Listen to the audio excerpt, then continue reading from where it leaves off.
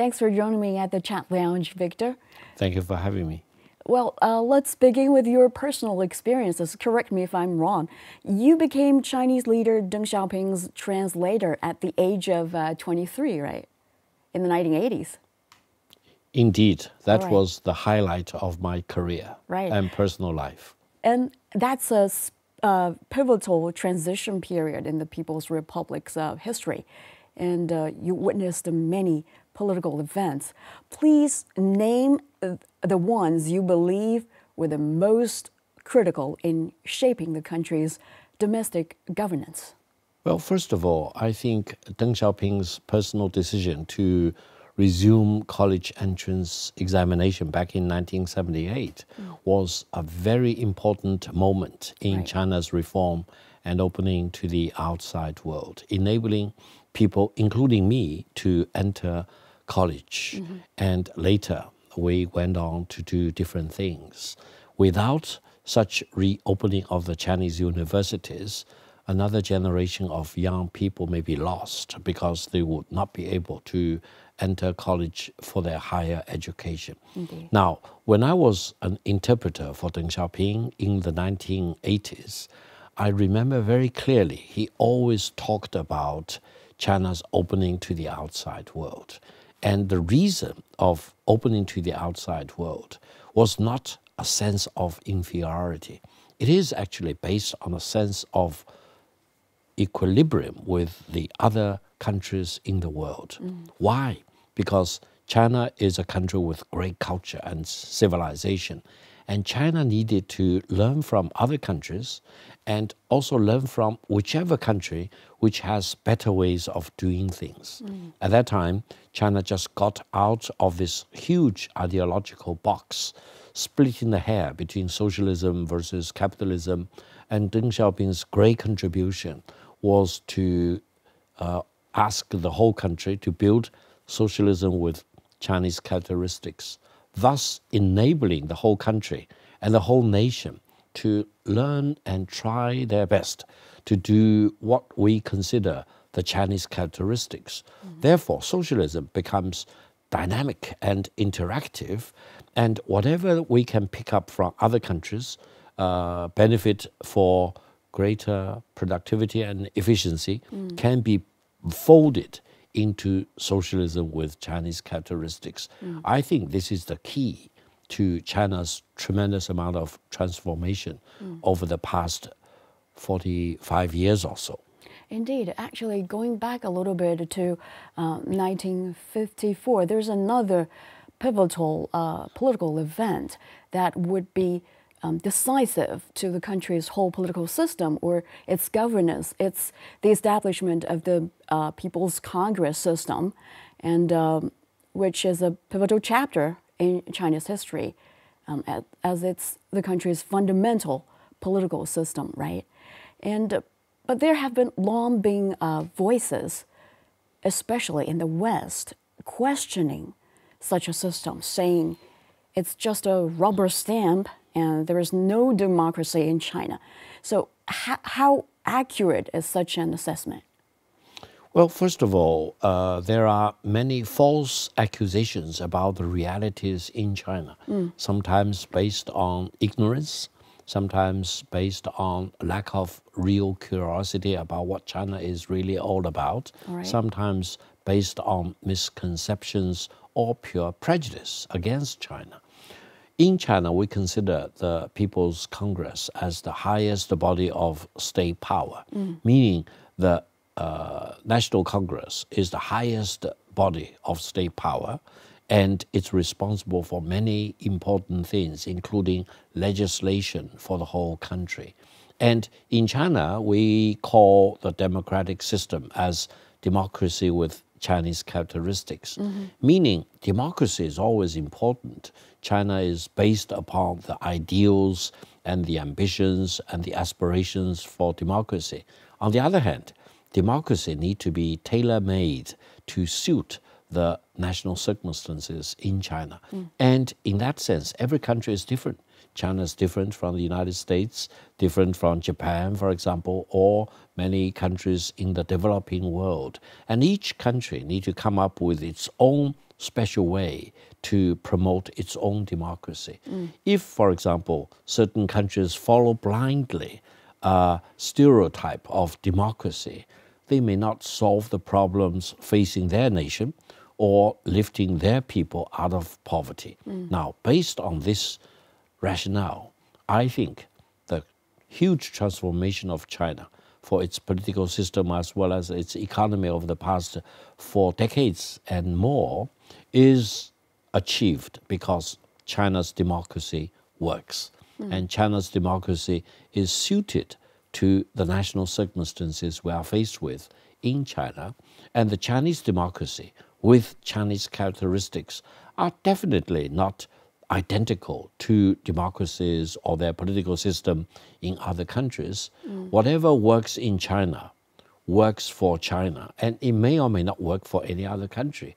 Any other country need to figure out what's the best roadmap to achieve their own democracy with their own national characteristics. Then how would you define this Chinese characteristics, the Chinese style democracy? Now we call it whole process people's democracy. So how is it different from the Western style democracy? This kind of democracy is described as differing from liberal democracy in that it's a consequentialist model of political decision-making aiming to be judged by how well the government is able to improve the socio-economic lives of citizens rather than being based on democratic processes. What's your interpretation of that? Well, I actually studied comparative politics at Yale Graduate School in the political science department. I would say in the United States, for example, dominantly there are two-party system, is that right? The Democrats versus the Republican. And people in the United States take great pride in the multiple elections that they have. However, they seldom tell you that eventually it's not the general votes that count. It's eventually the electoral votes that count. Is that right? Sometimes the candidate can win more general votes and still lose out the election to the person who wins more electoral votes. Now, in the case of the United Kingdom, they never directly elect the prime minister. Election of a prime minister is not an option at all because the election is such that it is decided by the party which wins more votes in the parliament, and the people actually never have a chance to elect directly the prime minister. Now, whether you call this the best form of democracy or not, it's up to you to decide. And I would say the way that democracy works in the United States suits the circumstances in the United States, but it does not suit the circumstances in China. The way Britain has its own political system may be the best system for Great Britain, for the British people, but it may not work for China. What China needs to do is its own political system with its own logic and rationale, which can solve the problems facing the Chinese nation.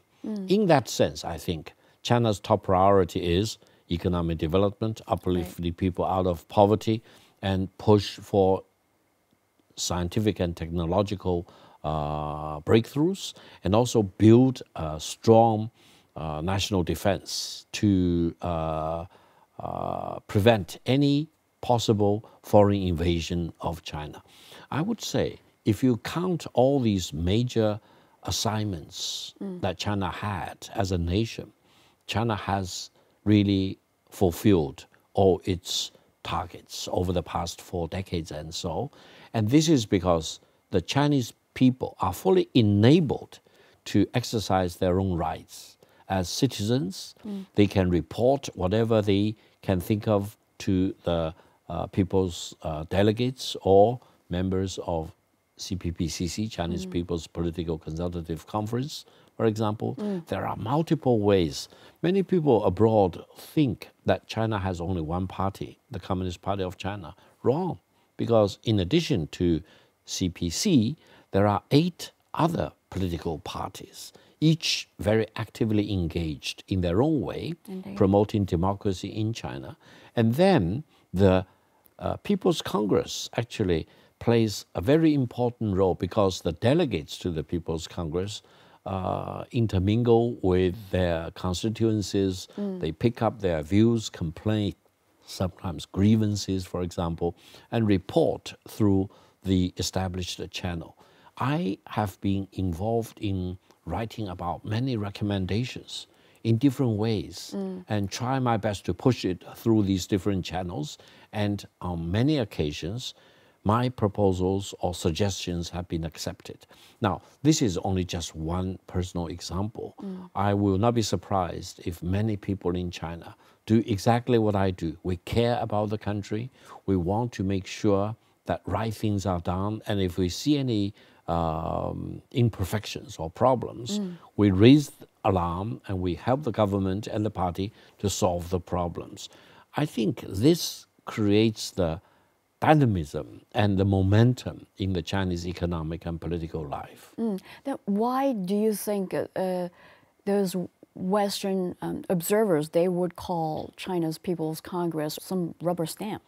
First of all, I think they do not understand the realities in China. Secondly, they may look at China purely from their own stereotypes. Right. If they see China is different from their established model, then they say, wow, China's system is not right. It cannot stand the scrutiny of time, etc. I think the better way for people in the United States or Great Britain, Germany, France, you name it, is to really understand the challenges that the Chinese nation are faced with. Right. And then we sometimes are at different historical moments. Back in 1978, the United States was highly developed, highly industrialized. China was, relatively speaking, poor, impoverished, and backward in many ways. And China need to really catch up. And China need to learn from so many other countries. I remember when I was in middle school, I actually worked part-time in a factory making shirts for export. Now, the shirts made by that company was purely for export purposes because at that time, China did not have enough hard currency. Everyone need to work to help the country earn more hard currency. So I helped folding shirts, which eventually will be packaged properly for export. Now, China did many of these things. When I was growing up as a kid, we did not have enough cars in the country. And kids like me in my small town used to chase after whichever vehicle passing by the streets because it was such a rare spectacle. And we were so thrilled whenever we saw some vehicle passing through the street. Now, China is the largest manufacturer of automobiles, producing more than 30 million cars in 2023, and the largest exporter of EV cars. So you can see the transformation. And China succeeded in overcoming all the odds and making all the necessary transformation to make sure that by today, China's economy is the second largest if we use official exchange rate as the benchmark, and the largest by purchasing power parity. And all this cannot be done, cannot be achieved without the necessary ideological or political system to back it up. Actually, I remember China adopted Western-style democracy in the pre-People's Republic era, right? But during that period, what the nation saw was the country was divided, actually, among former military cliques of the Beiyang army and other regional factions, and the country being invaded by Japanese militaries. So what we've experienced actually proved that this political system with Chinese characteristics actually is what suits China's circumstances, like you just mentioned. Well, I would say China's recent downfall started in the Opium War back in 1840. And the British, defeated China in battles, forcing the export of opium to China. And the British never acknowledged that this was the kind of war they launched against China. But since 1840, all the way till 1911, when the Manchu dynasty disintegrated, for example, China suffered one defeat after another at the hands of the invading Western imperialist countries. And I think the Chinese nation were very much confused, and they were very much upset. They were really figuring out what's the best way to save China from Western countries' bullying, persecution, etc. China was carved out almost into little bits and pieces. At that time, the British controlled the Chinese customs, for example, and lots of Chinese aspiring young people went to study in Western countries or in Japan, for example. Deng Xiaoping, Zhou Enlai, Ma Shou Chengyi, Ma Shou Nie Rongzheng, etc. They all went abroad to study because they wanted to figure out what's the solution or what's the recipe that China can use to prevent foreign bullying of China, to make sure that the Chinese people can be saved and we can enjoy a better living standards. Now, you mentioned after 1911, China went from one crisis to another. And for a while, China was controlled by different warlords, which control different parts of China. And then the Japanese aggression, the occupation of China's northeastern part of China, and many other parts of China. Japan, for a while, almost controlled all the coastline in China, cutting China into bits and pieces. And I think China suffered a lot at the Western imperialist invasion and occupation to some extent, and Japanese aggression in the 1930s and 1940s. And then even after China winning the Second World War together with other allies like the United States, etc., China was still weak and controlled by Western power until Chairman Mao Zedong and the Communist Party of China drove the controlling nationalists into Taiwan, where they stayed ever since then, and liberated, in the Chinese term, the total mainland part of China. And since 1949, the People's Republic of China was established, and then China started a new pathway, that is to build up the country, in economic development, in national defense, and as Mao Zedong declared, the Chinese people finally have stood up rather than being bullied or being forced to the ground by foreign occupation. And then, ever since 1978, under Deng Xiaoping, China started to focus on economic development. And I would say, for such a big country to achieve economic transformation, you need to have the institutional backup. For example, what's the political system? And ever since 1978, China's system is socialism with Chinese characteristics. What is the main task you want to do? Development is the hard truth. What is the key underpinnings of achieving your goal? Maintaining stability at home, keeping peace abroad, and always try your best to promote peace and never use war as a first choice, and then becoming a major force of peace and stability and development in the rest of the world. And now China is not only building up its own national strength, but helping so many countries in the world, in different parts of the world, to grow our economic development collectively and build the community of shared future for mankind. That's the transformation that China is going through.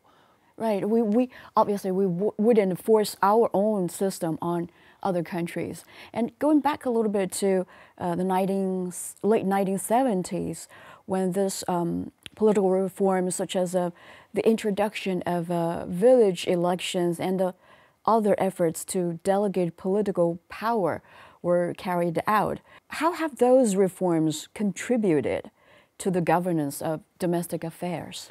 I would say since 1978, China's economic and political reforms started in the rural countryside.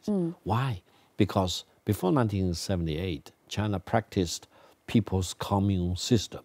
That is collective work for everyone in the countryside. They rose up in the morning together, they go to the field to cultivate the land, etc., etc. So everything was done on a collective basis. That system, while very ideal in its ambitions, didn't suit the circumstances in China. Therefore, starting in 1978, China followed what we call household responsibility system, meaning every household will become a unit in the countryside, and that household, that family, should be responsible for its own cultivation of the land, harvesting of the crops, for example, fertilizing the land, etc. And every family was enabled to function independently, rather than, for example, the whole village or the whole town, etc., doing farm work collectively in tandem with each other. Now, the family responsibility system generated huge momentum in China's rural production. You cannot believe it. The lower productivity and efficiency under the people's commune system was replaced by the dynamism and the momentum and the over-eagerness of the people to work, sometimes to overwork, because they wanted to achieve higher productivity, not only for the country, but for their own family. They want to send their kids to a better school. They want to have better living standards. Now, this reform in the countryside really transformed China.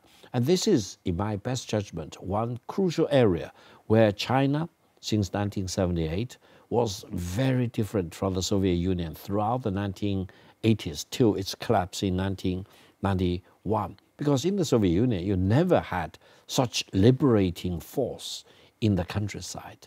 And when China gained huge success in the rural economic reform, and as you mentioned, practice direct elections of the village heads, for example, and enabling farmers to engage in economic agricultural production, harvesting, you name it, and eventually to sales and distribution, etc., completely on a free market basis. And then China started to have economic reform in the urban areas, meaning how to transform state-owned enterprises into market practitioners. Now, China's economy was almost up to 100% state-owned for a while, for many, many years, and now state-owned sector only accounted for less than 20%.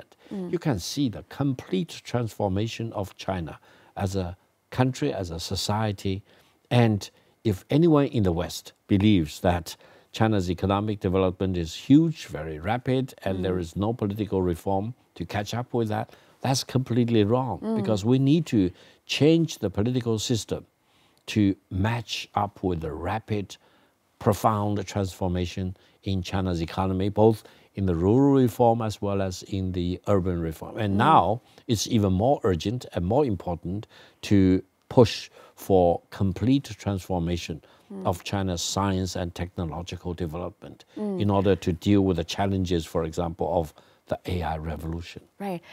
Like you said, those economic achievements are made under such a political system, and vice versa. The reform of the political system actually facilitated the economic transformation. And another major achievement, like you mentioned earlier, is this in poverty alleviation, right? China, like you mentioned, lifted nearly 800 million people out of extreme poverty. So what's the significance of this accomplishment for domestic governance then? I would say for so many hundreds of millions of people to be in poverty dooms the whole country. And only by improving the living standards of the people, to enable the people everywhere in the country to enjoy a better living standards, higher longevity, for example, Right. and higher education, better education, and eventually better nursing for the elderly, etc. Will China have a brighter future? We always say, without individual benefits and economic benefits, for example, the whole country will be hollowed out. Another major achievement would be this anti-corruption campaign, right? Which obviously is important to any kind of political system. So since the first corruption execution of two high-ranking officials, Liu Qingshan and Zhang Zishan in the 1950s, Chinese authorities have never stopped cracking down on corruption, hunting both the tigers and the flies. So how vital is this anti-corruption campaign to China's political governance?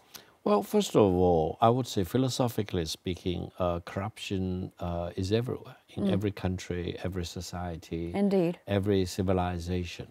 And for China, I think ever since 1949, when the People's Republic of China was established, China as a political system and as a government and as a political party is always committed to fight off corruption of all kinds.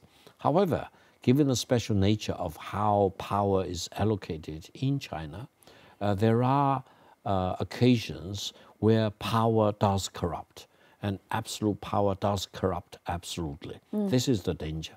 I would say since 1949, especially under Mao Zedong, the anti-corruption disciplines were very, very harsh, very, very strict, to such an extent that corruption in China under Mao was rarely heard of. And if they were discovered, huge punishment will be dealt with immediately. And I think China as a society was relatively uncorrupt. People were very clean. Since 1978, because of the rapid economic development and because of the stronger power being concentrated in certain quarters, there were more and more occasions for corruption.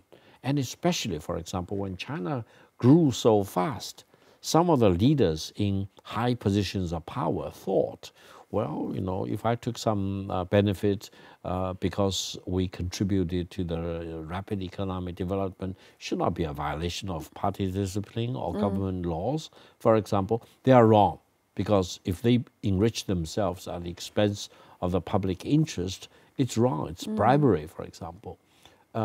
Therefore, I think China has never forgotten that anti-corruption should be a top priority for the country, for the benefits of the people, and for the ruling party. I would say ever since 2012, when President Xi Jinping became the top leader in China, the anti-corruption campaign has really been intensified. Indeed, but according to figures from China's top anti-corruption body, 110,000 officials have faced disciplinary action for corruption last year, and the numbers represent a 13% increase from 2022. And among those who faced probes were 45 senior officials. That's quote-unquote a record number. So people are asking, why is it so difficult to eradicate corruption? Is it a systemic problem? Does it have to do with the design of the political system then? Well, I would say corruption in China has Chinese characteristics too. All right. Because the power is very much concentrated, and then the presumption sometimes can be made better. In China, the presumption is if you are a party secretary, if you are a governor or a mayor, you are supposed to be very clean. You are supposed to be not involved in corruption at all until you are proven. It's a basic requirement. It's a basic requirement. And sometimes failings of human beings are such that if you are tempted with so much economic interests, even if you are an angel, you fail. And sometimes the failure will be huge and mind-boggling, because the amount of the corruption is not only, hundreds of millions, it's much, much more than that. And sometimes it's shocking to the people and to the nation as a whole. And sometimes officials in very high positions are found to be corrupt. But I would say the key is that if corruption cases are discovered, how to deal with that. If the country or the party or the political system have a way to go after these corrupt officials, to weed them out, to confiscate their fortunes ill-gotten, and then to strip them of power or send them to jail, for example, I would say corruptions are rampant in China. That's true. But why? However, the country as a whole is very much dedicated to weed out corruption as it is, and also try to figure out what's the better way to come up with institutional safeguards for China to become a cleaner country. Or a preventative mechanism. Why isn't there such a, prevention system? Indeed. For example, if we look at Singapore, Singapore's policy of anti-corruption is very simple. Right. Civil servants are paid very handsomely so that the temptation of corruption is much more reduced. Is that right? Because you enjoy this high position for the benefit of the people, and you are compensated in a very handsome way. Now, in China, comparing with China and Singapore, it's very, very different. China is much larger as a country, population 1.4 billion people, and the political party, Communist Party of China, has a membership of up to about 100 million. And the differences between different parts of the country, cities versus rural areas, government positions versus corporate positions, etc., can be huge. And sometimes it is difficult to detect the problems, to report the problems, etc. And then Chinese civil servants are, relatively speaking, paid very low compensation. There has been demand to significantly increase the compensation level for Chinese civil servants. But then, because of the huge number of Chinese civil servants involved, up to about 100 million members of the Communist Party, if you want to do the same system as the Singaporeans have, I don't think it's sustainable for China. So China needs to figure out its own way of maintaining clean government officials, and anti-corruption without any hesitation. Then which way do you think we should take? Now, one thing being discussed a lot in China, which has not done, and I really regret that it has not been done in a timely manner, is for government officials to report their assets. Now, in many countries, this is a must. In countries like Singapore or, for example, Japan, every civil servant need to register and disclose the assets in their family, as well as annual addition to their asset. Is that right? In China, there have been many attempts to do that. Up to today, it has not been enforced. And there are internal intra-party regulations to that.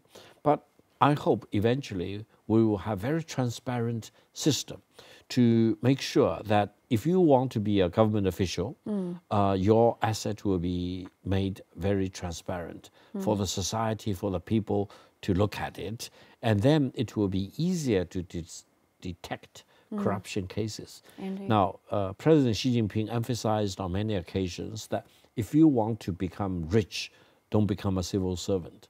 If you want to become a civil servant, devote yourself to serve the interests of the people rather than enriching yourself. Now, all these teachings, all these warnings are very important. But when it is involving individual officials, especially officials in high positions of power, human failures sometimes may overcome or overwhelm all these very important warnings. That mechanism is needed to retain them on the right path, I would say. I would say anti-corruption need to be made not only on a case-by-case basis, but more and more on an institutionalized basis. That is, we need to have better checks and balances. Right. We need to make sure that the officials are not in a position to commit such corruption on such a large scale, rather than wait until they commit such corruption and then get them prosecuted and eventually send them to jail, because that will be causing too much damage. That will be too late. And it's also closely related to the country's legal system. And would you say the country's legal reforms, a major achievement, over the past 7.5 decades? You're a trained lawyer. What's your take in this regard? I remember back in the 1980s and throughout the several decades before then, there was no lawyer as a profession. All right. And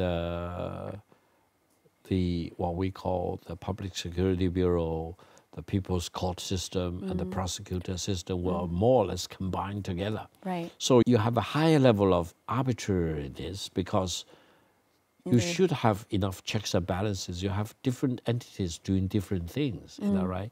Police department, court system, prosecutors' offices, etc., need to do different things.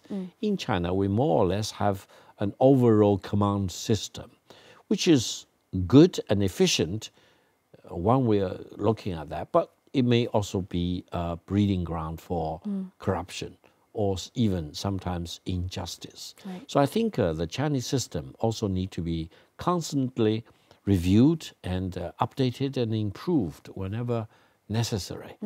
However, I would say in terms of the court system, for example, and the enactment of so many laws in China, in many ways, especially in commercial transaction, the Chinese legal system is very much up to international standard. After all, China is the largest economy if we use PPP as the benchmark, and the second largest one if we use official exchange rate, is that right? And China is the largest trading nation with more than 130 nations in the world.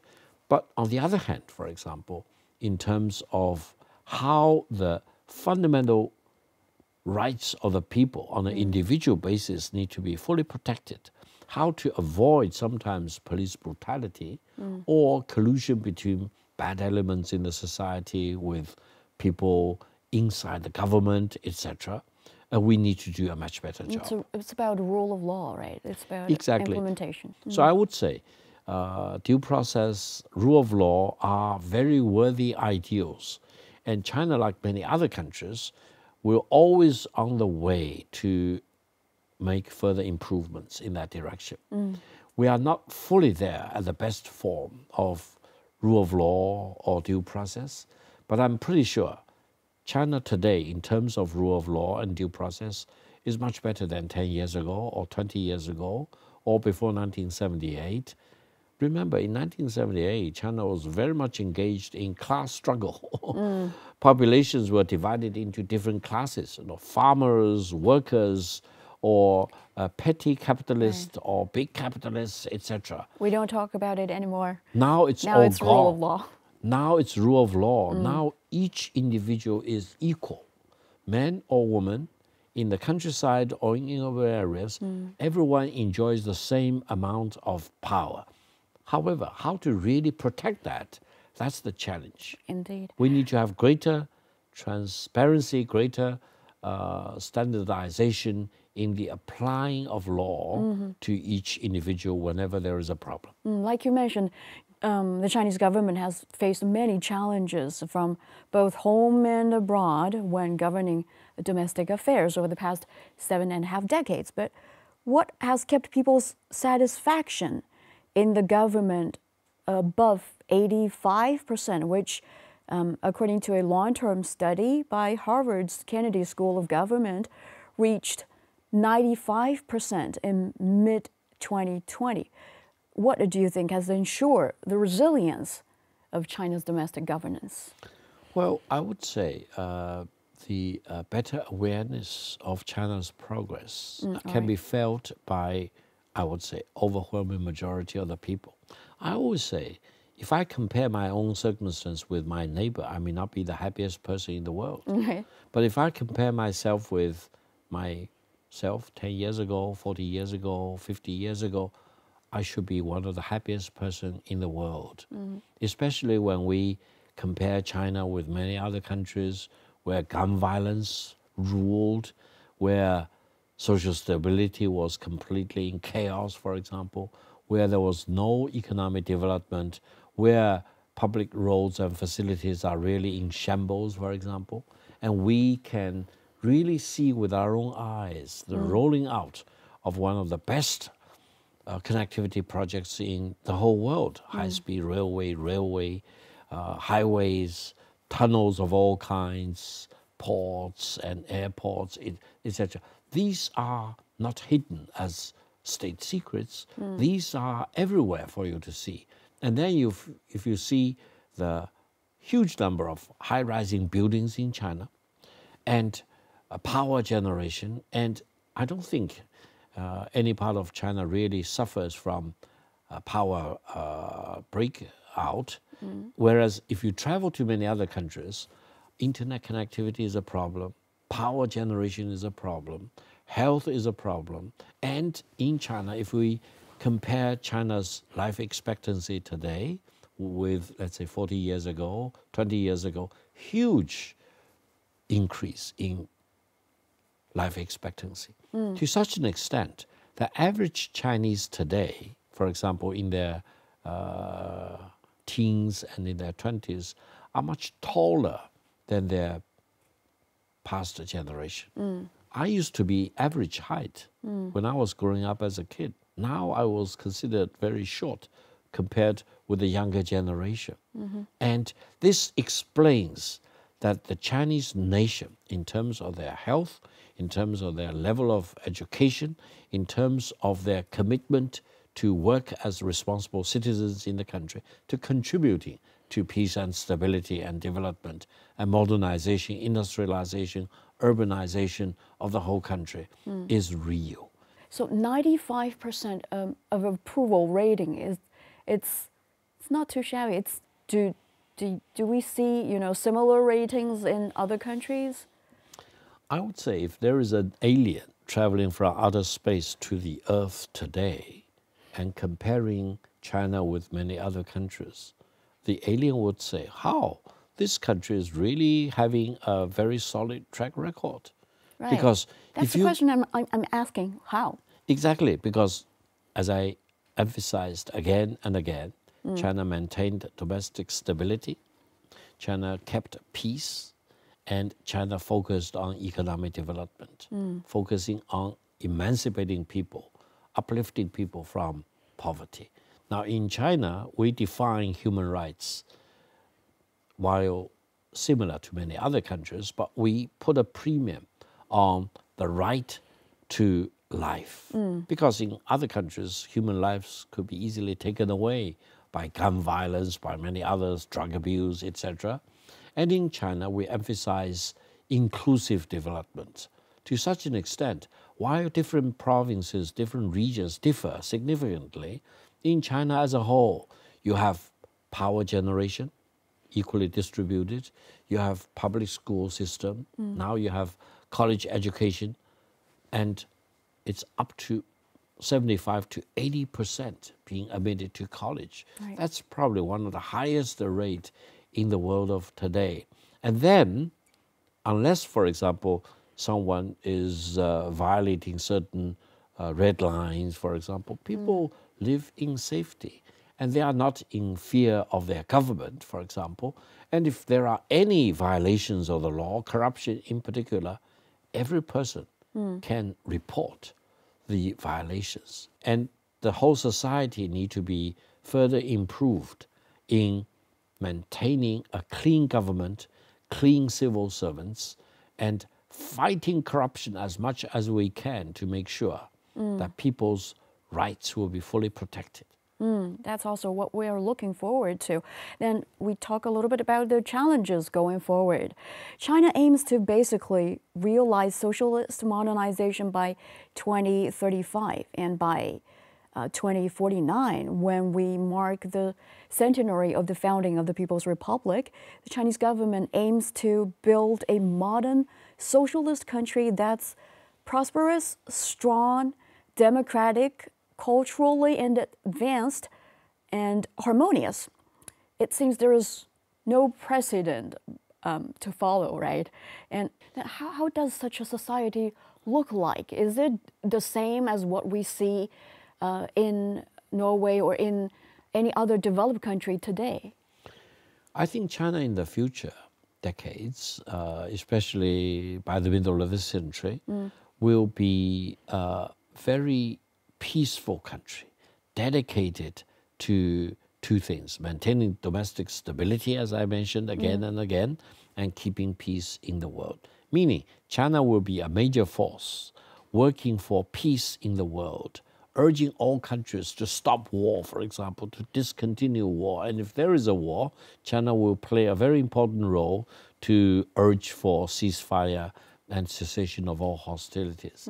Now, the other thing is that China will be a major contributor to science and technology. This is exactly what President Xi Jinping and the Chinese government recently have been talking about, the new productive forces, is that right? The new qualitative productivity, meaning we want to achieve new growth and new transformation through scientific and technological breakthroughs. And this becomes especially important and urgent because AI revolution is with us already.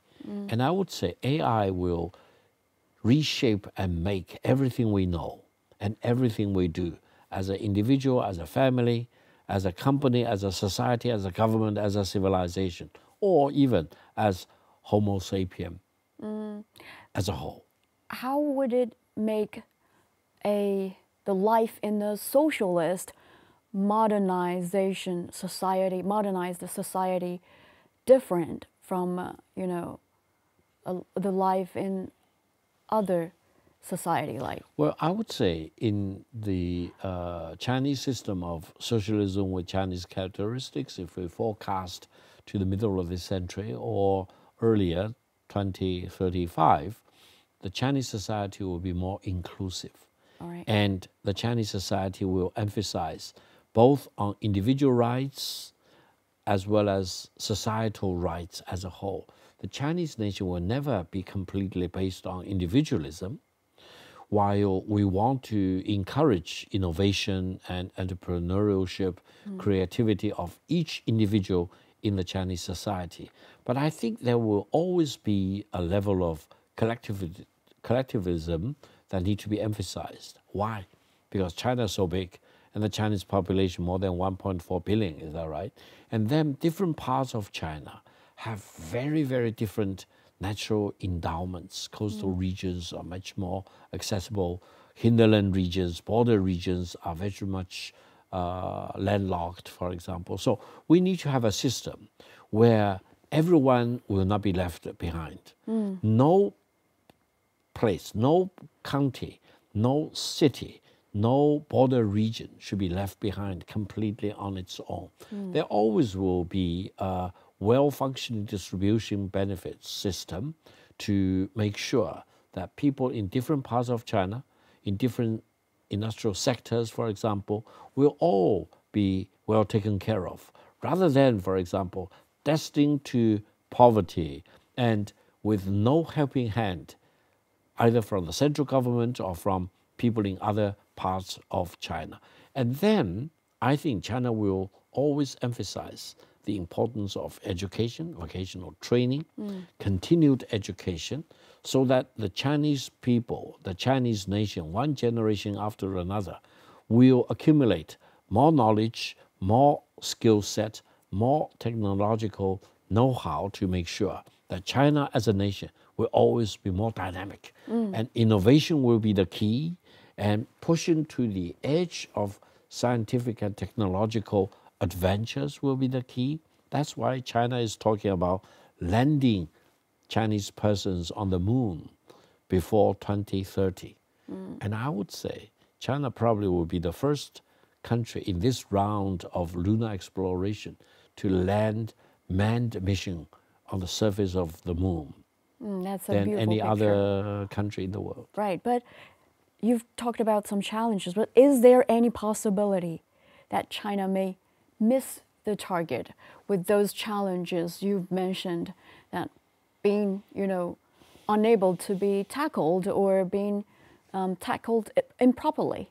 Well, internationally speaking, I'm very much concerned about this anti-China hostility led by the United States against China. All right. I think that's completely wrong. China is not an enemy of the United States, and the U.S. government should not view China as its enemy. China and the United States can get along with each other. That's why I've been advocating my own theory called inevitability of peace between China and the United States. So China and the United States need to figure out a way to get along with each other rather than getting at each other's jugular. Because if the United States want to throw China onto the ground as if there will be no consequences, that's not going to work. Domestically speaking, I think China as a country and the Chinese people as a nation need to constantly move up to the forefront of science and technology, especially when Homo sapien, mankind as a whole, is now faced with the potential threat of AI. Because if AI is not regulated, eventually it may really get The freed damaging up. force. It may freed up from mankind and achieve its own independence, and eventually it may subjugate human beings as the second subordinated species, whatever it means. So I think while China and many other countries need to embrace this AI revolution as wholeheartedly as we can, we need to be prepared against the evils that this AI revolution may eventually generate. And we need to make sure that Homo sapien species will not be subjugated into a second-class species in the world of tomorrow. You said you're concerned, but are you confident, or how much confidence do you have that we can actually achieve those targets? Well, for China to become the largest economy in the world, I think that's a megatrend. If we look at what China has achieved over the past 45 to 46 years, and based on the past experience, and we project into the future, I'm very confident that the Chinese economy, in terms of its size, will be the largest in a matter of 5 to 10 years. No more than 10 years, no later than 2035. And then by the middle of this century, the overall size of the Chinese economy will be, as Elon Musk had predicted again and again, doubling the size of the US economy. That means China will play a much more important role as a major driver of economic development, as a major driver of science and technological innovation, as a major contributor to this AI revolution in the world. China, in terms of the digital economy, is already one of the leading countries in the world, and the data pool in the Chinese language led by China is becoming larger and larger. And I will not be surprised if the AI world of tomorrow for mankind will see China playing an increasingly important and indispensable role. And this benefit that China will generate is not just for China, it's for mankind as a whole. So on that basis, my projection for China tomorrow will be a very optimistic one. And China will be a major force for peace. Therefore, no country in the world should really bet that they want to have a war with China, because that will be Armageddon. We all should be working for peace between China and any other country in the world, including with the United States. And I'm very confident that between China and the United States, there will be inevitability of peace, despite of the fact that our two political systems are completely different. We have different social values, for example, and we have different history as well as futures, but we need to get along. And I think we can get along for our own benefit as well as benefit of mankind, especially when we are faced with this potential common threat from this AI revolution. Thank you very much, Victor. Thank you for having me. Thank you. This is CGTN Radio. Hear the difference.